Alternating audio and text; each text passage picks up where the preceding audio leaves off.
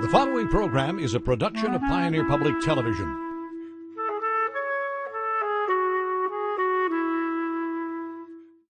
Major support for Compass is provided by the ongoing support of the Leo P. Flynn Estate of Millbank, South Dakota. Additional support is provided by the Southwest Minnesota Private Industry Council, promoting Southwest Minnesota as a place rich with opportunity. Come for the jobs, stay for the lifestyle. More information at swmnpic.org.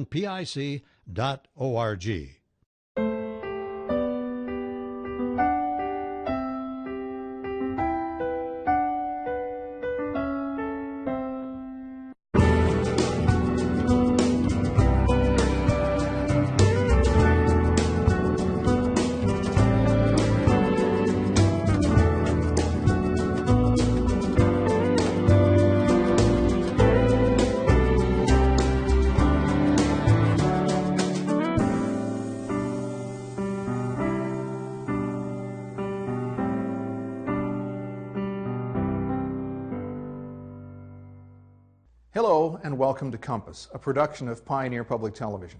I'm Les Heen, your host for Compass. This is a weekly discussion of public policy and important issues facing our viewing area. This week, we will discuss how medical care is changing for dementia and Alzheimer's care throughout our region.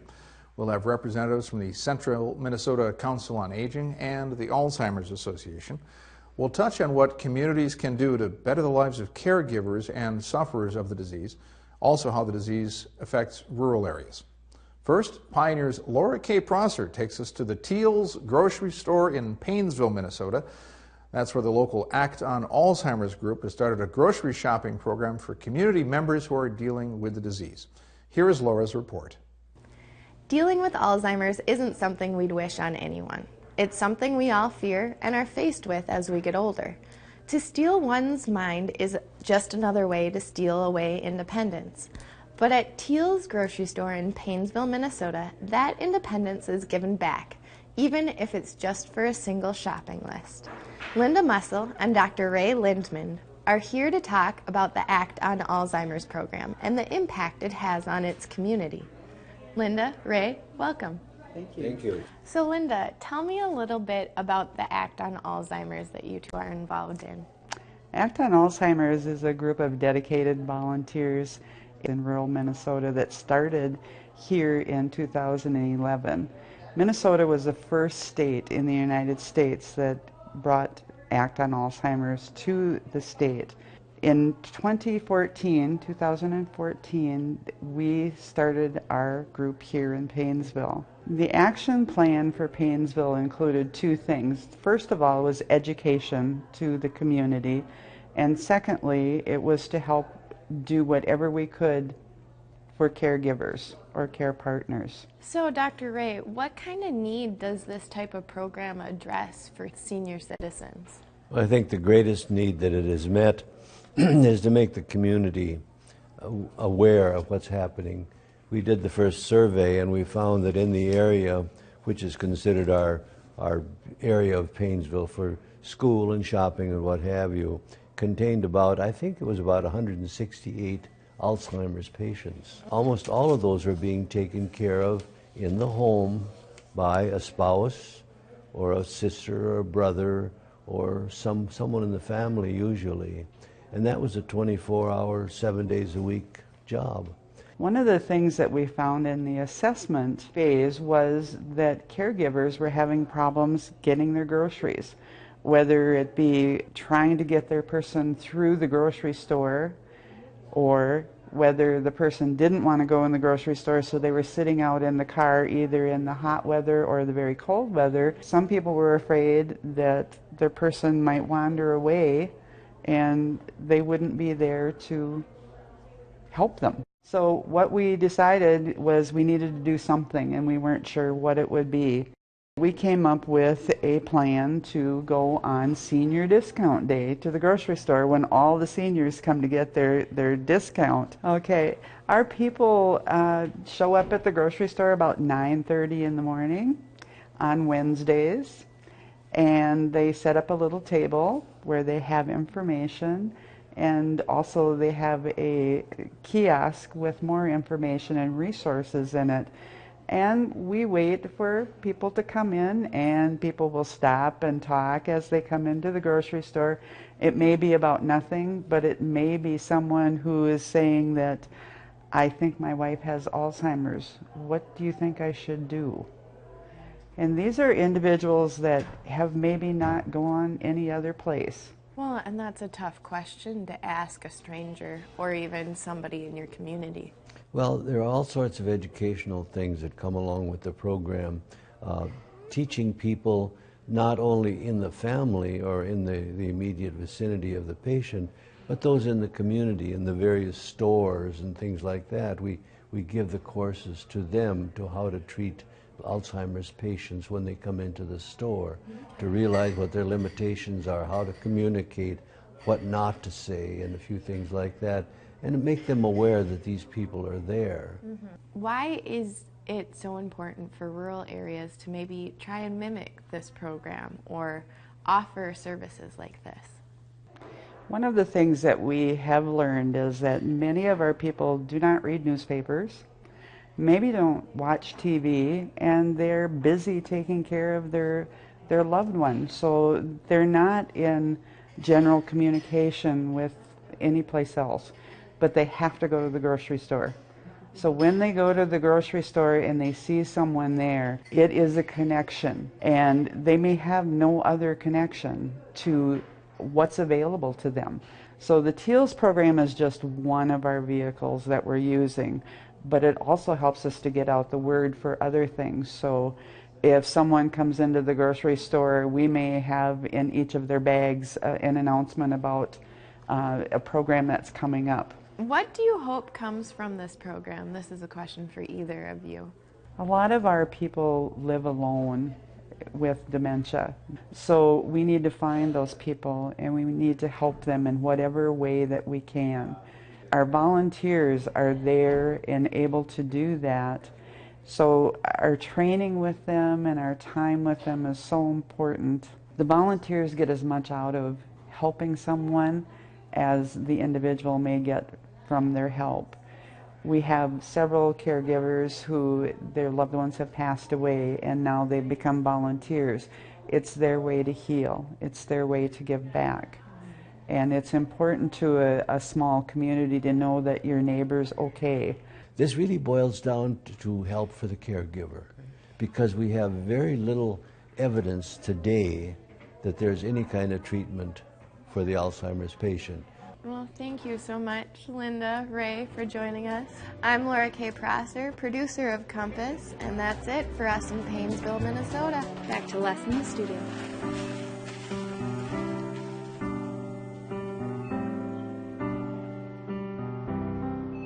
With us now to talk about regional efforts to better understand dementia and the impact that it has, we have Deb Richmond, who is Vice President for Education and Outreach with the Alzheimer's Association in Minnesota. And from the Central Minnesota Council on Aging, we have Kathy Gilbride. Deb, Kathy, thanks for joining us.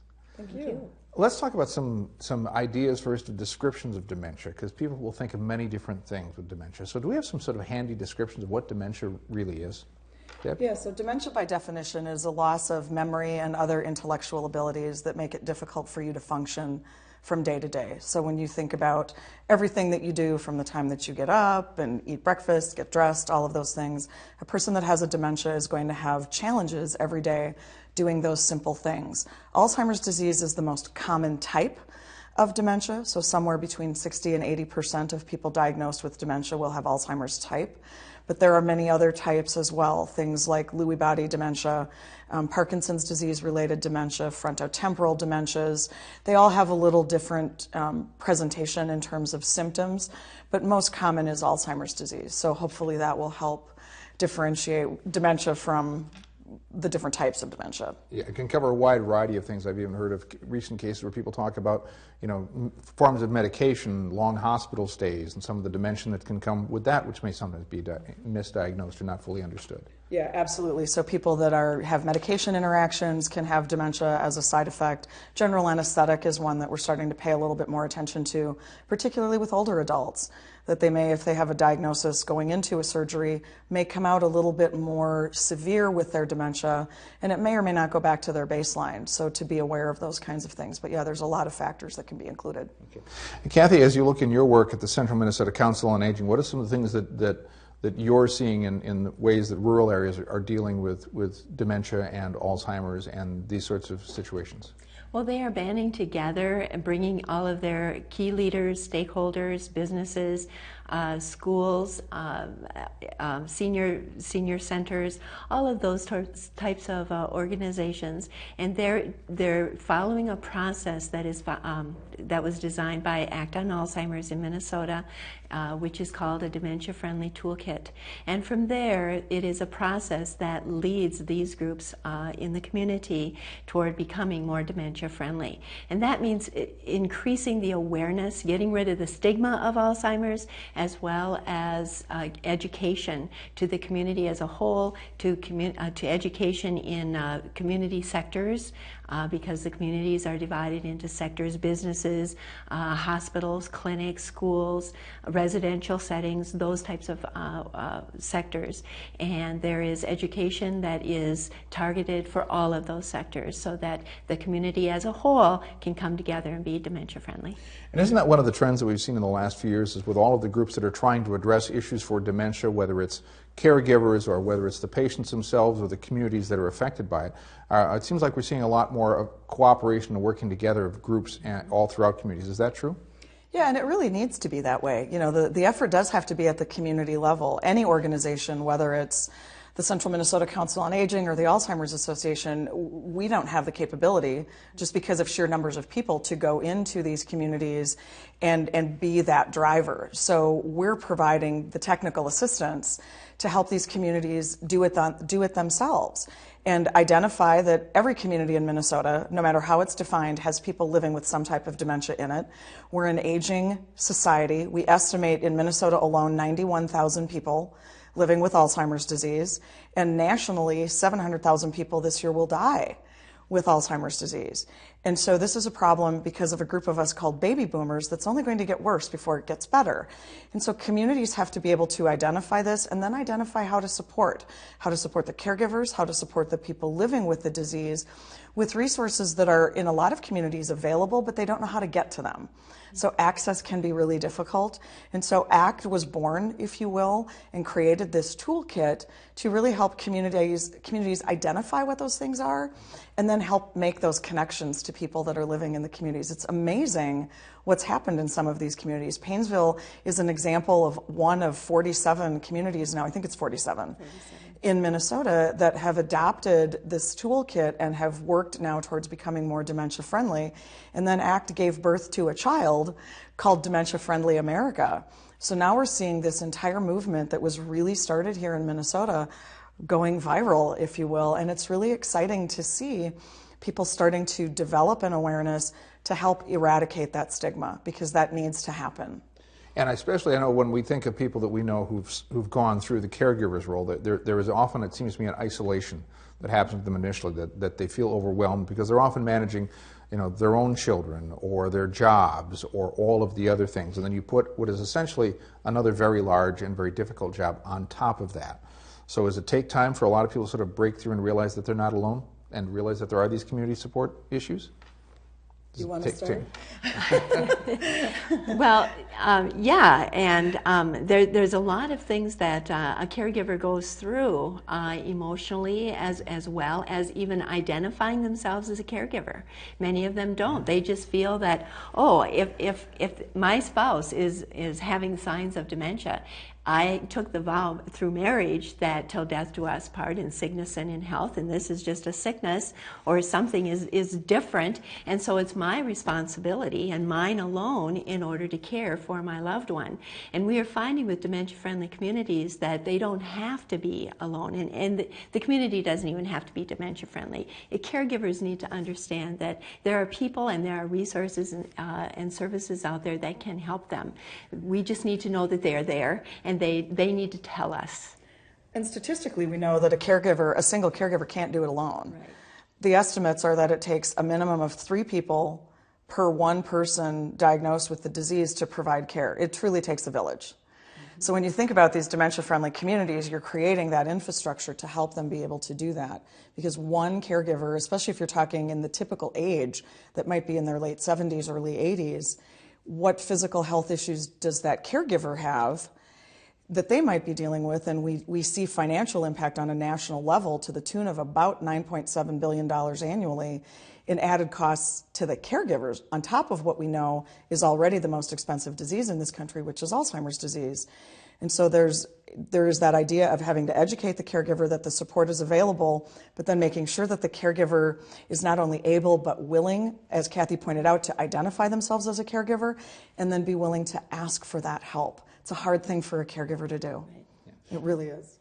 Well, and I think it also comes along with the stigma of Alzheimer's. If the diagnosis in a family is Alzheimer's, the family kind of stays away. They don't know what to do. They don't know how to act. Very similar to cancer. Many, many years ago, when one was diagnosed with cancer, it was like, oh, is this catchy? We didn't know too much about it, and we wanted to stay away as a family, as well as, that family has cancer, so we don't know exactly how to approach them.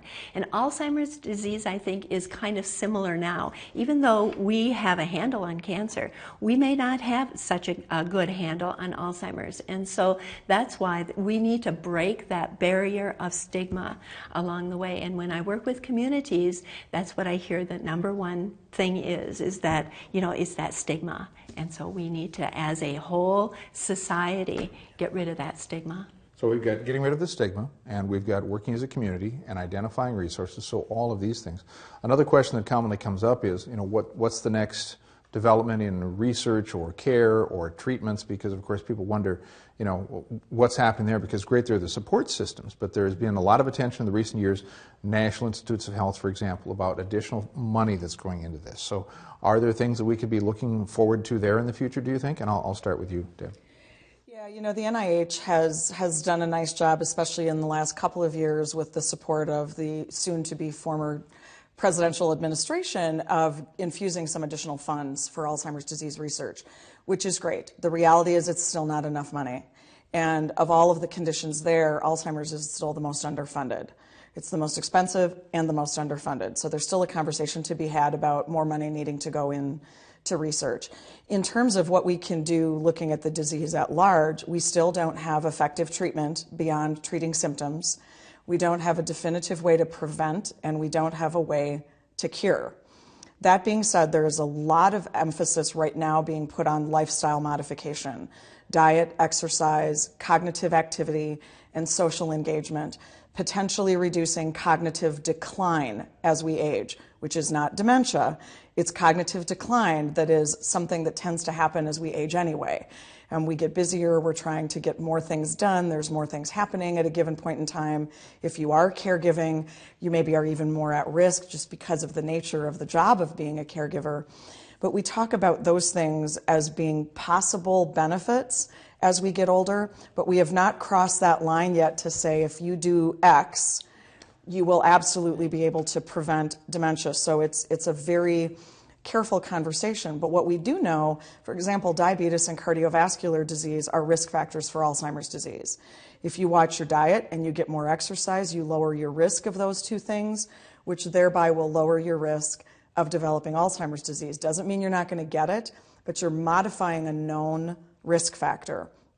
So those are things that we can do, and people need to remember the heart and the brain have a really great relationship. And the more you take care of your heart, the more you take care of your brain, and the more you take care of your brain, there's heart benefit to that. So you have to think about those things as we get older and stay engaged in your community and stay physically active. It doesn't mean you have to join a gym, but stay physically active, eat better.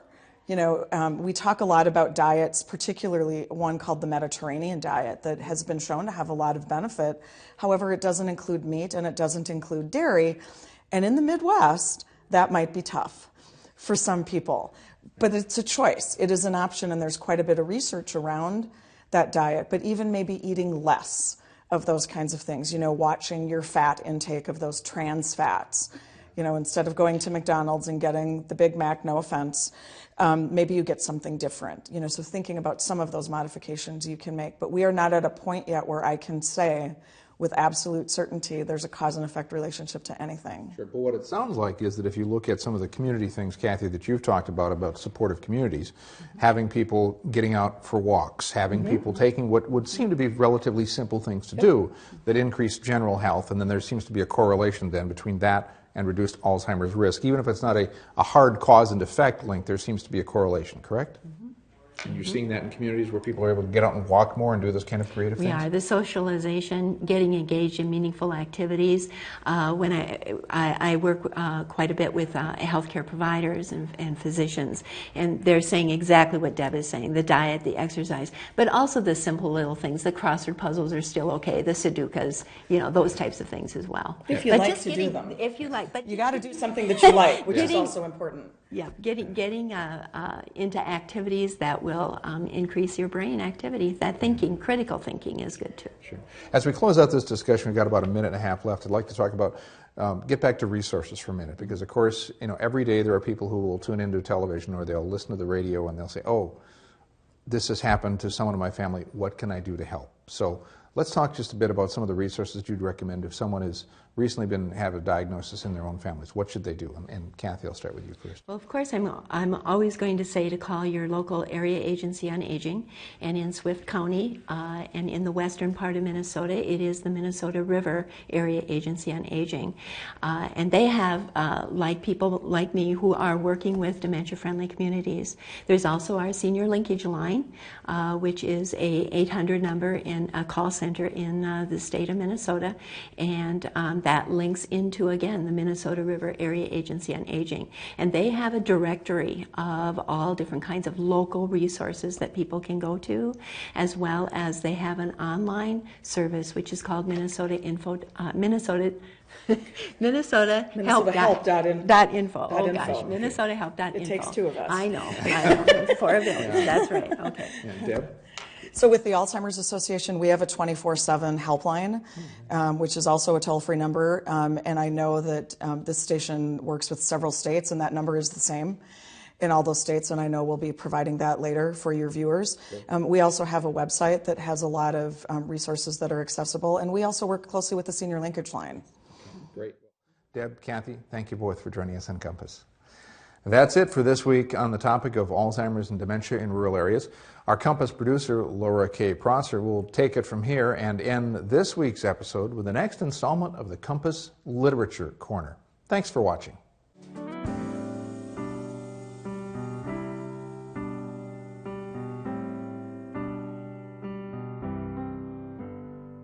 As part of the new segment to the show called the Compass Literature Corner, we will be talking to local authors and writers who have had an impact on this region and whom this region has had an impact on.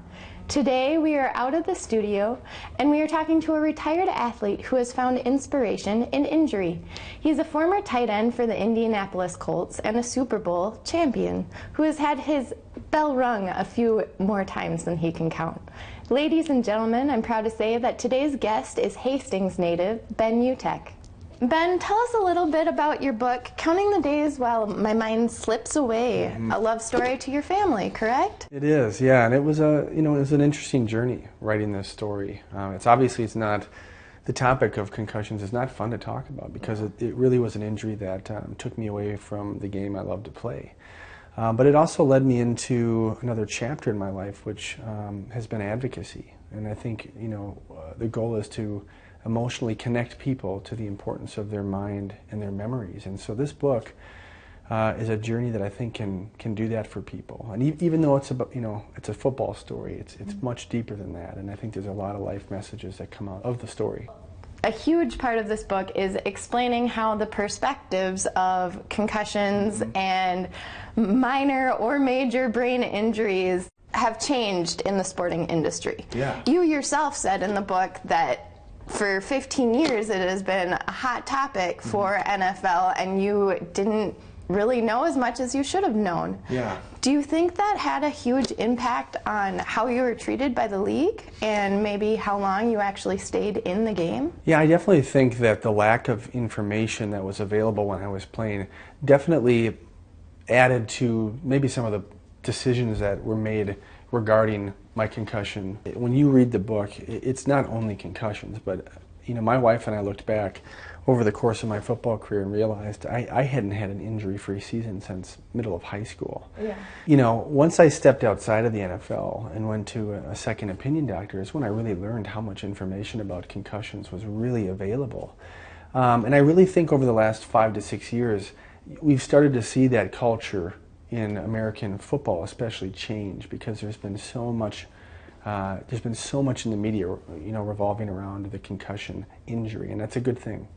Do you think it also holds the league a little more accountable? I think ultimately what holds the NFL accountable is the fans, because they control the money, right? So, how does our culture, how do the fans really feel about the concussion issue, and what are they saying? And then also, I think it comes down to what medical evidence do we have. And so as we learn more about concussions in the medical community over the next 5 to 10 years, the more that factual evidence comes out that nobody can stand against, that will also begin to have an effect on, and it will the help NFL. Preventative issues Absolutely. come up with it as well. Mm-hmm. And a huge part of the book is you will tell a memory and go, I really hope I can hold on to this. Oh yeah. How do you think this reflects in the audience? Do you think it will bring them closer to the book? I really hope it does, because I think one of the things that you really can't argue is that we all find our identity in what we can remember. Mm-hmm. We're really walking, living memories, and so that was kind of the greatest lesson that I learned, is what makes me relevant as a husband, a father, a friend, is what I can remember. And I think when you really dive into telling your personal story, a lot comes out that, from your family and your friends and parents, that didn't, that you might not have always shared with kind of your significant other. So even being married for 10 years, she's learned more about me in reading this book, and so that was a real special thing to hear. And again, I just hope that people will go on this journey with me and, experience all of the life lessons that I have going through injury. That's very true. Counting the days while my mind slips away, a love letter to my family. Where can we find this?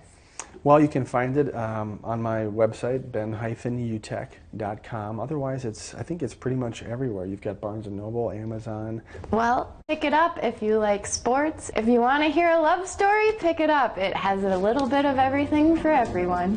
Thank you. Thank you, Ben.